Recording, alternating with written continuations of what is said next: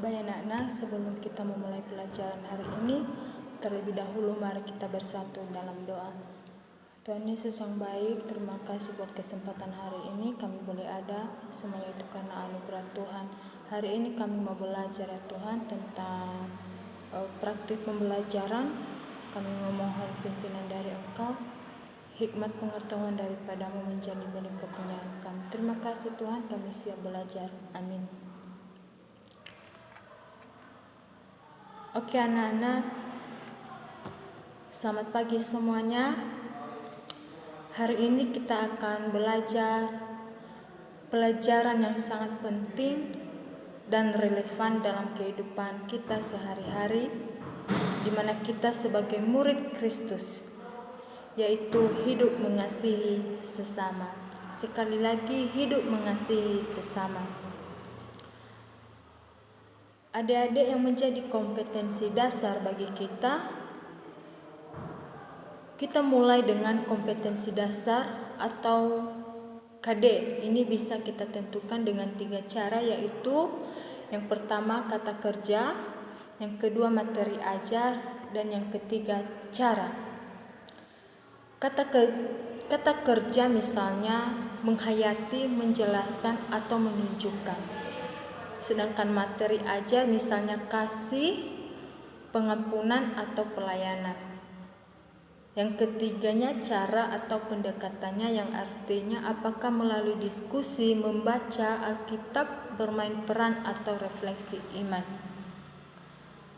Nah, dalam kompetensi dasar ini adik-adik, untuk pelajaran hari ini adalah yang menjadi kompetensi dasarnya yaitu menghayati dan menunjukkan kasih kepada sesama dalam kehidupan sehari-hari sesuai dengan ajaran Yesus Kristus.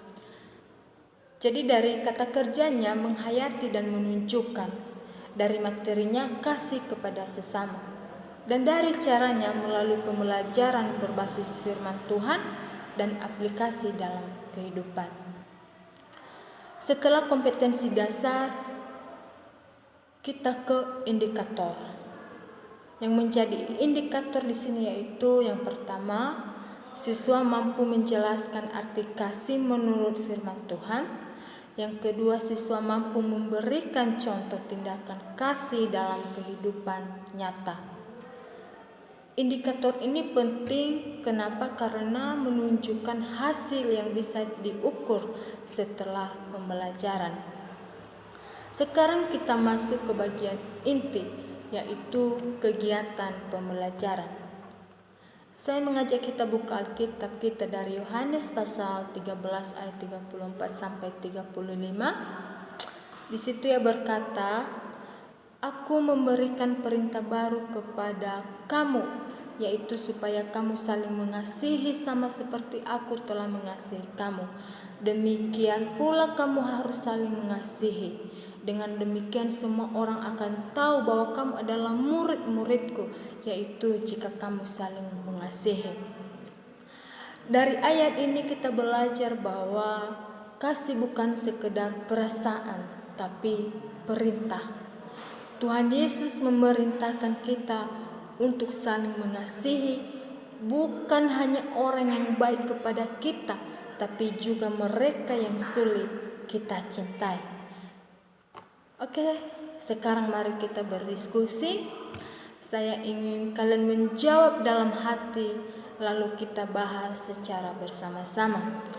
Pertanyaan yang pertama atau diskusi yang perlu kita diskusikan bersama. Yang pertama, apa bentuk kasih yang sudah kamu lakukan dalam sehari ini? Yang kedua, apakah mudah mengasihi teman yang menyebalkan? Bagaimana caramu menghadapinya? Setelah diskusi nanti saya minta kalian menuliskan satu rencana tindakan kasih yang akan kalian lakukan dalam keseharian kalian. Misalnya membantu orang tua di rumah, memaafkan teman, atau menghibur teman yang sedih.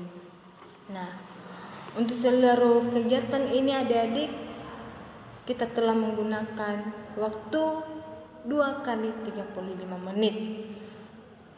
Di mana waktunya ini terbagi untuk pembukaan, doa, penjelasan materi, diskusi, dan refleksi serta penugasan akhir. Nah, cara penilaian kita lakukan secara menyeluruh, dimulai dari kognitif, dari pemahaman ayat dan jawaban siswa. Yang kedua, afektif, dari sikap saat diskusi dan kemauan berbagi. Yang ketiga, psikomotorik atau tindakan nyata, dari tugas rencana tindakan kasih. Nah, dari mana terdapat materi ajarnya? Materi ajar kita hari ini adalah terdapat dari Alkitab Yohanes pasal 13 ayat 34 sampai 35 tentang makna kasih menurut Yohanes, dan kedua, implikasi kasih dalam hidup sehari-hari terutama dalam sekolah, keluarga, dan lain sebagainya. Demikian saja video saya hari ini. Segala kesalahan, keterbatasan mohon dimaafkan. Terima kasih.